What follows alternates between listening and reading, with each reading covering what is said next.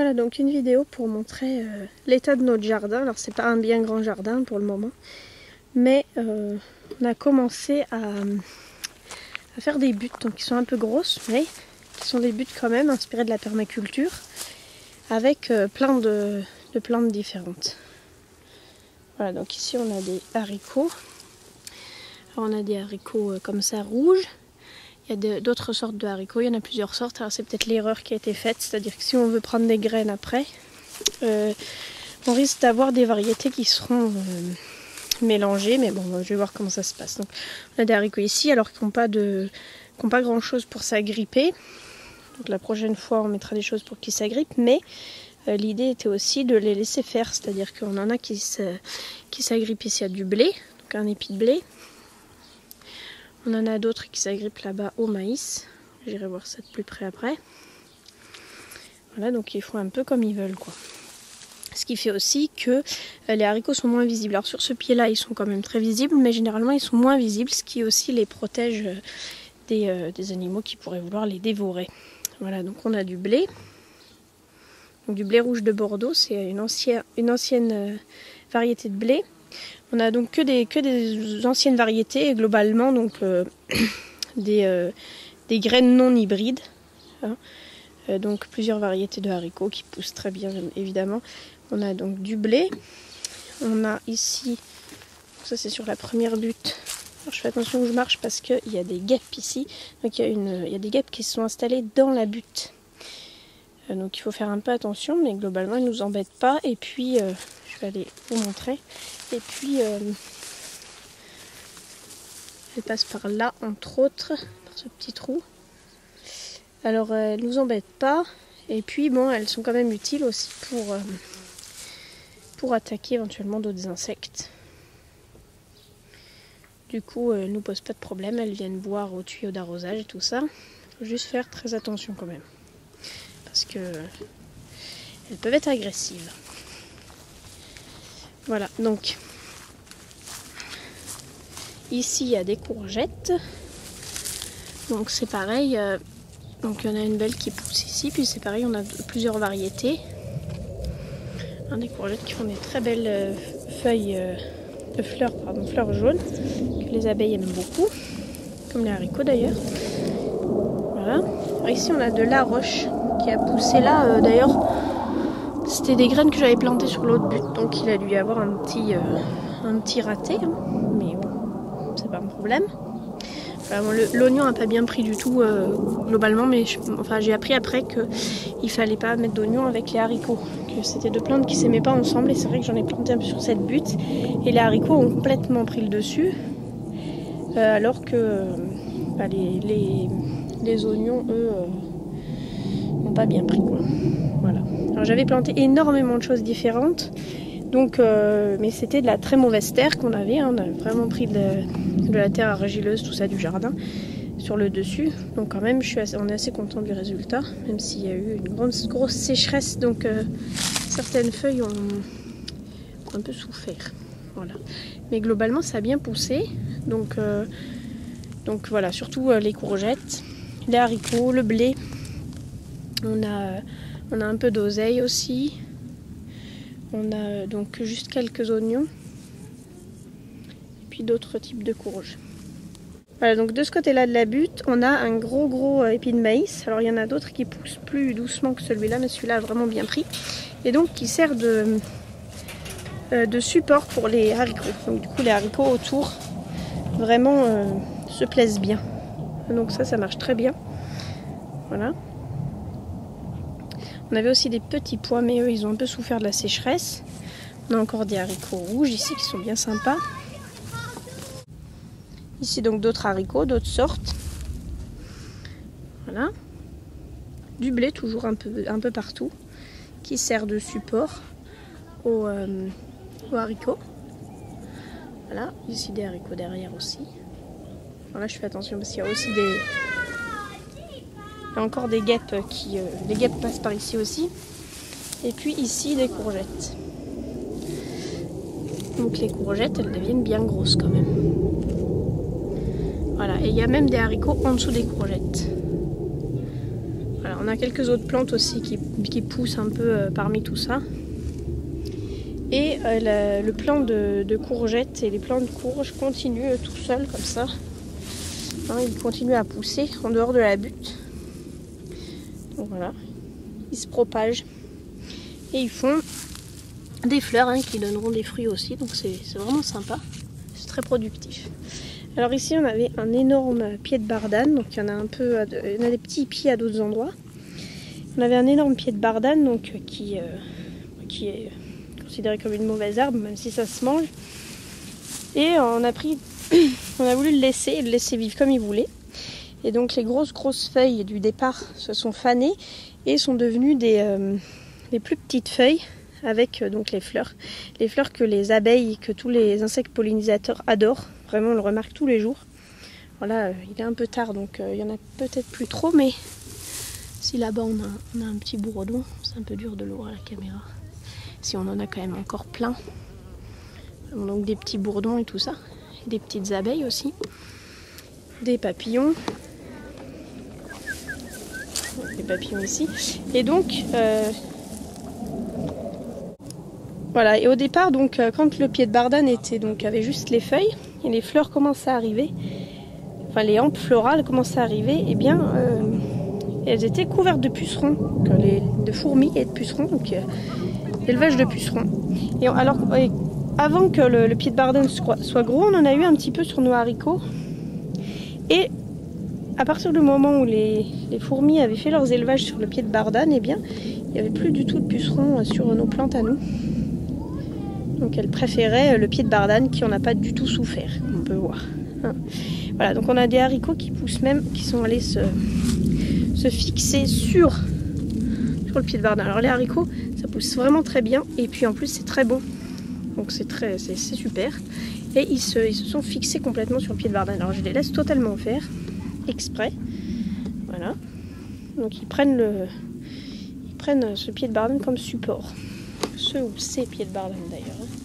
Ce qui est vraiment énorme. Et donc voilà. Donc je pense que beaucoup de gens l'auraient enlevé parce que ça pouvait faire de l'ombre, etc. aux autres plantes. Alors que finalement l'ombre est vraiment très bien parce qu'il y a d'autres choses qui poussent dessous. Hein. On a encore quelques petits pois, les rescapés dessous.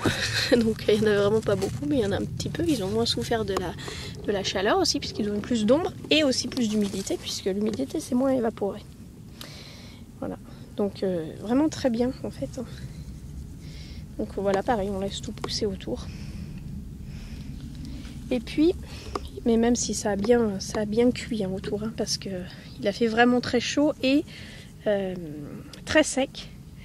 Et puis ici on est un peu en hauteur, donc du coup on profite du soleil tout le temps, mais en même temps les plantes peuvent en souffrir aussi en ces périodes de grande chaleur en tout cas.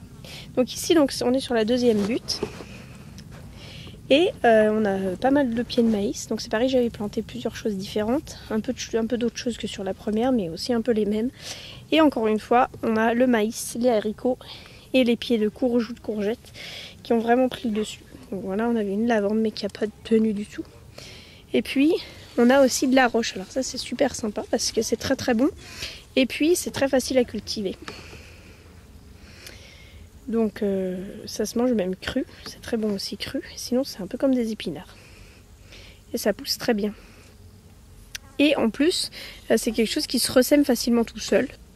Donc aussi du blé un peu partout. Le blé a très bien pris. J'en ai planté quelques graines et il en a poussé de partout.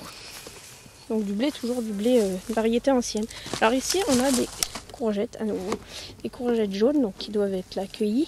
Hein, puisqu'elles se mangent quand elles sont assez jeunes. Et qui sont très bonnes. Voilà. Ici ça doit être une autre variété. On va voir ce que c'est puisque j'en ai planté plusieurs et que je ne sais pas vraiment laquelle est laquelle. Voilà, et puis du maïs qui pousse très bien. Donc plusieurs variétés aussi. Ici, encore une belle courge. Voilà, donc des haricots. Et puis à nouveau de la roche. Là. Et j'ai aussi, parmi tout ça, j'ai quelques petites salades, des variétés anciennes. Et puis plus ou moins sauvages d'ailleurs. Voilà. Elles sont de l'autre côté, en fait c'est un peu dur d'y aller. Elles sont par là-bas. Et un petit pied de bardane ici. Voilà. Donc sur la troisième butte, on a planté moins de choses. On a planté, enfin moins de choses différentes. On a planté plutôt des pommes de terre, parce qu'on en avait, on a un peu de lavande. Et puis du tournesol, donc qui pousse pas mal, quoi. Voilà. Après on a planté moins de choses, on a moins eu le temps, donc un petit cassissier là, un petit framboisier. Voilà. Et puis des salades de l'autre côté. Donc c'est pareil, ça pousse pas trop mal. Ici c'est pareil, donc on a planté plus tardivement.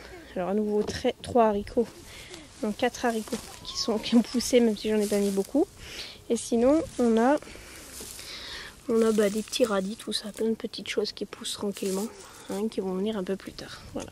Donc on a un énorme paillage. Hein, il y a 20 cm de paille quasiment, 15 cm dans des endroits. Et en fait on a fait ça avec du bois pourri et puis de l'herbe. Et puis un peu de terre par-dessus, peu de terre. À mon avis c'est la raison pour laquelle certaines choses ne poussent pas, mais bon on l'a fait avec les moyens du bord en fait. Voilà.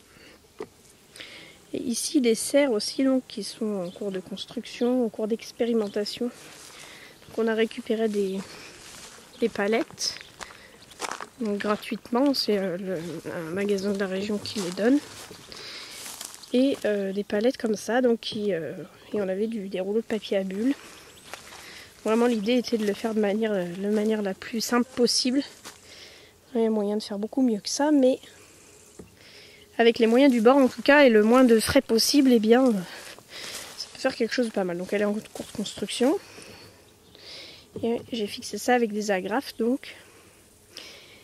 Et ça fonctionne plus ou moins, c'est-à-dire qu'il y a eu quand même une grosse tempête depuis et pas grand chose s'est arraché, mais quand même il y a eu un petit peu d'arrachage. Alors est-ce que c'est parce qu'il y a des trous sur le côté? C'est possible, sinon ça avait l'air de tenir quand même pas mal.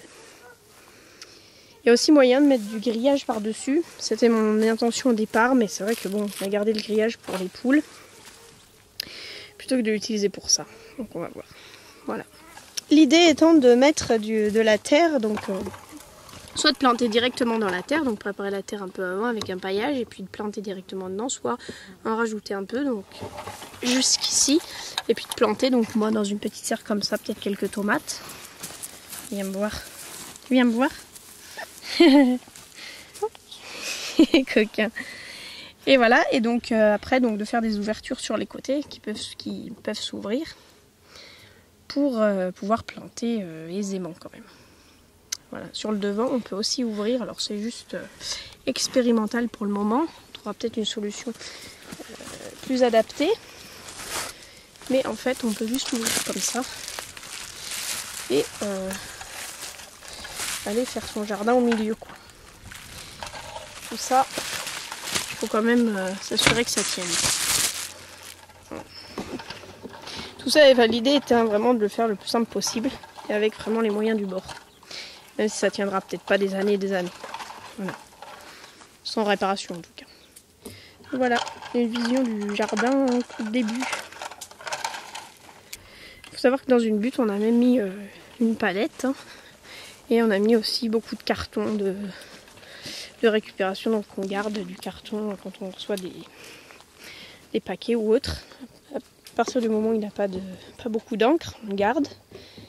Et on s'en sert donc dans les buttes pour combler les trous entre les rondins de bois.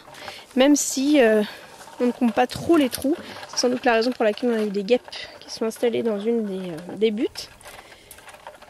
Ce qui ne nous pose pas de problème finalement. Parce que c'est la nature aussi, c'est comme ça que ça fonctionne.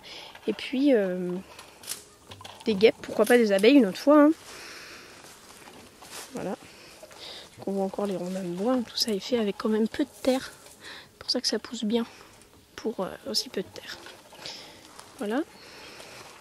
Ici, une butte en cours de construction. Donc on a mis des rondins de bois, donc plutôt pourris de préférence. On a mis du carton entre les trous, pas trop dans celle-là d'ailleurs, et puis de l'herbe par-dessus qui a là bien séché au soleil. Et voilà, il faut qu'on continue à la construire. Alors on fait des buttes plutôt grosses, sans doute trop grosses pour certains, nous ça nous convient. Il n'y a pas trop d'érosion pour le moment. faut savoir qu'on fait vraiment des expérimentations. Ici on a aussi du sable et des pierres. Et on va se servir des pierres pour accumuler la chaleur à certains endroits. C'est l'idée. Voilà. L'idée est aussi d'avoir vers là-bas, donc devant vous, d'avoir une forêt. Donc tout au bout une forêt plutôt de ligneux. Et puis plus on s'approche d'ici, quoi, de la forêt comestible. Donc là-bas, tout là-bas, sont déjà les arbres poussent tout seuls, hein, finalement. Je vais aller vous montrer, il y a des fougères et puis quelques petits chênes qui poussent. On va essayer d'y jeter quelques châtaignes. Ce serait bien si ça marchait. Et puis quelques noix d'autres arbres à l'automne donc. Et puis après, plus on s'approche, alors ici il y a quand même très peu de terre, quasiment que de la pierre à certains endroits, puisqu'on est en haut d'une colline. Mais ça fonctionne quand même, il y a des plantes qui poussent, il y a des plantes sauvages. Ici on a de l'aquil et millefeuille. Alors on a eu plein de plantes sauvages partout, là c'est vraiment sec, donc il y a beaucoup de choses qui ont disparu. Il y a donc de l'aquil et millefeuille qui se mange, qui est une plante médicinale. Il y a de la mauve encore à certains endroits. Il y a énormément de plantes sauvages qui se mangent en fait, et donc nous on en consomme beaucoup depuis cette année. C'est encore quelque chose qu'on a appris, qui à mon avis vaut le coup, puisqu'elles sont très riches en vitamines, en minéraux, plein de choses dont on a besoin. Et voilà, mais ici on voit qu'il y a vraiment peu de terre, oui voilà, on voit pas, non, si ici il y a la pierre déjà directement, donc la roche. Mais rien n'est impossible, donc on peut faire pousser quand même des choses dessus. Et puis, surtout avec des buttes en tout cas, donc ici quelques ronces, qui sont juste du bonheur finalement, parce que on attend qu'elles poussent un peu et puis après on en fait des tresses, donc quelque chose que j'ai appris. Voilà. Donc les ronces qui attirent les abeilles, qui nous donnent des fruits, hein, qui poussent vite, qui améliorent le sol et qui aident les arbres à pousser, en leur assurant une protection. Donc ici on a un petit chêne. Les petits chênes, il y en a un peu partout. Je vais essayer d'améliorer un peu la luminosité. Ouais, un petit chêne. Puis on voit même plusieurs. Voilà. Donc les ronces, il y a aussi quelques petits genêts, donc pareil. Beaucoup critiquent ça comme étant des mauvaises herbes. Enfin, ça peut servir à pas mal de choses. Ça améliore le sol aussi, puisque personne ne les mange. Puis on peut en faire des balais, hein, s'il faut. C'est comme ça qu'ils faisaient avant.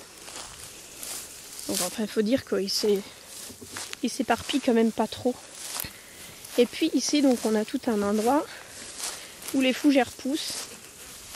Ce qui est bien aussi, les fougères, ça peut servir à la litière des poules. Ça éloigne les insectes. Et puis aussi là, c'est vraiment la forêt qui s'invite. Hein. On va voir un peu plus loin qu'il y a des petits chênes, donc un peu partout. Voilà, là il y a de la pierre. Ici, des petits chênes. Voilà, puis il y en a un là-bas encore. Ici. Et il y en a partout. Là-bas, là où il y a des fougères.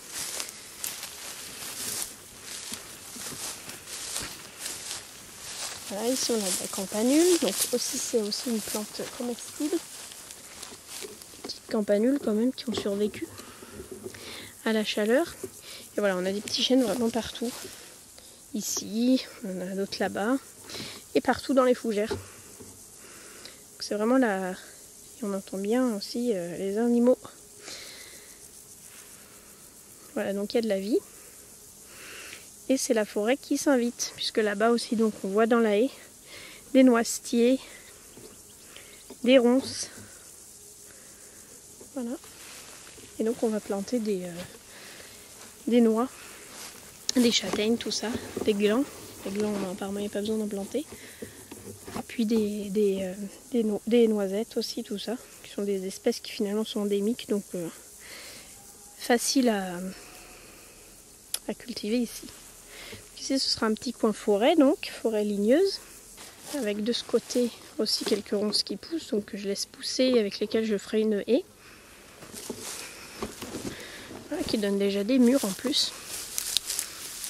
Donc ici, des petites murs qui commencent à être mûres d'ailleurs, un petit peu. Voilà. Des petites murs, des petits arbres. Ça fait une jolie haie.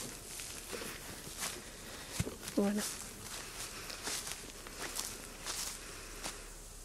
Donc à mon avis, il faut vraiment avoir un regard bienveillant sur les espèces qui poussent autour de nous, même les ronces, puisqu'elles peuvent apporter beaucoup de choses à nous, mais aussi à notre environnement. Il faut plutôt apprendre à savoir à quoi elles servent et comment on peut les utiliser, que d'essayer de les éradiquer. Ici aussi des ronces qui commencent à s'éparpiller. Alors il suffit de prendre la ronce. Alors j'ai pas de gants, d'habitude je fais avec des gants. Et puis la remettre par-dessus ou de la... d'une main c'est un peu dur. Ou de la... encore mieux de la tresser avec d'autres. Voilà, là faudrait le faire d'ailleurs. Bon déjà c'est mieux comme ça. En plus c'est très facile de cueillir les fruits après. Voilà, donc ici j'y passerai un de ces jours et puis je ferai ça. Voilà. Donc il y a aussi pas mal d'autres choses, il y a un peu de houx ici.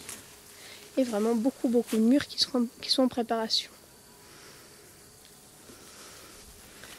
Voilà. Du genêt, des noisetiers.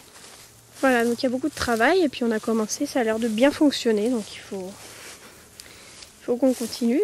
Mais juste cette vidéo pour dire que même avec aucune compétence à la base, et vraiment étant deux personnes qui n'avaient pas la main verte, plutôt la main verte classique on va dire, on a lu un peu au sujet de la permaculture, on s'est renseigné et c'était vraiment quelque chose qui nous plaisait. Et puis ben, ça fonctionne, pas aussi bien que chez d'autres personnes qui sont plus calées, mais en tout cas ça nous permet d'avoir de quoi manger. Et puis on va s'améliorer. Voilà, donc ici je vois rien, mais il y a un autre chêne qui est déjà d'ailleurs assez grand. Donc à savoir qu'on coupe rien, on passe pas la tondeuse du tout, sauf là il y a à certains endroits on la passe parce qu'aussi on a besoin d'herbe pour les buts, mais sinon on passe pas du tout la tondeuse.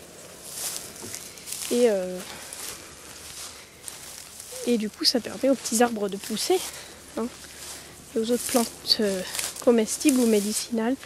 Donc là vraiment c'est tout sec, mais il y en avait beaucoup avant.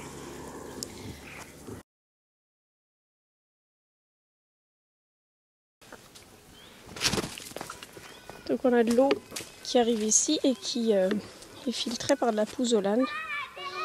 Ensuite qui se déverse dans une mare, donc on a faite avec une vieille baignoire.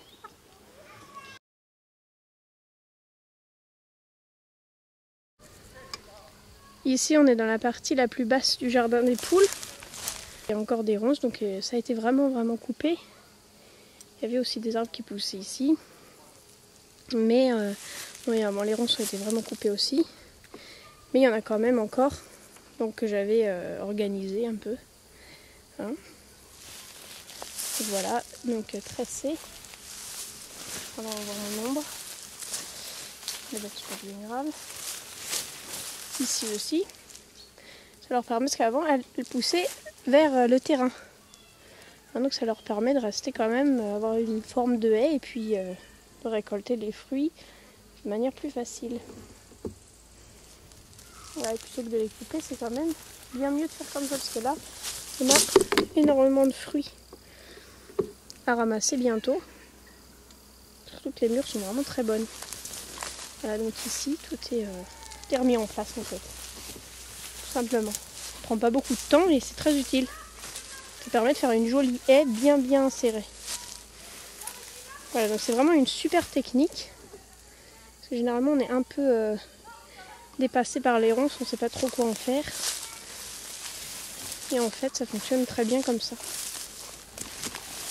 Et il faut savoir qu'au printemps, quand elles sont en fleurs, les abeilles les adorent vraiment. Il y avait énormément d'abeilles ici. Donc c'est aussi quand même très bien. Voilà. Et en plus il y a des fleurs aussi qui poussent dedans encore. Donc ça c'est des cnotis. Les cnotis des champs.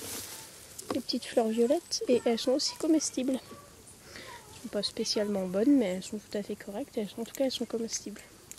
comme bon nombre d'espèces sauvages en fait. Hein. Il y a énormément de mûres, hein, donc c'est un vrai cadeau de la nature quand même. On critique beaucoup les ronces, mais en fait elles sont à la fois médicinales, comestibles. Elles servent d'abri aux petits animaux, aux oiseaux. Elles sont mellifères. Vraiment des plantes magiques hein, presque. Et puis elles aident les arbres à pousser en leur offrant une protection. Voilà, donc on a planté pas mal de noyaux ici aussi. On verra ce qu'il prend, ce qu'il prend pas. On verra bien. Voilà.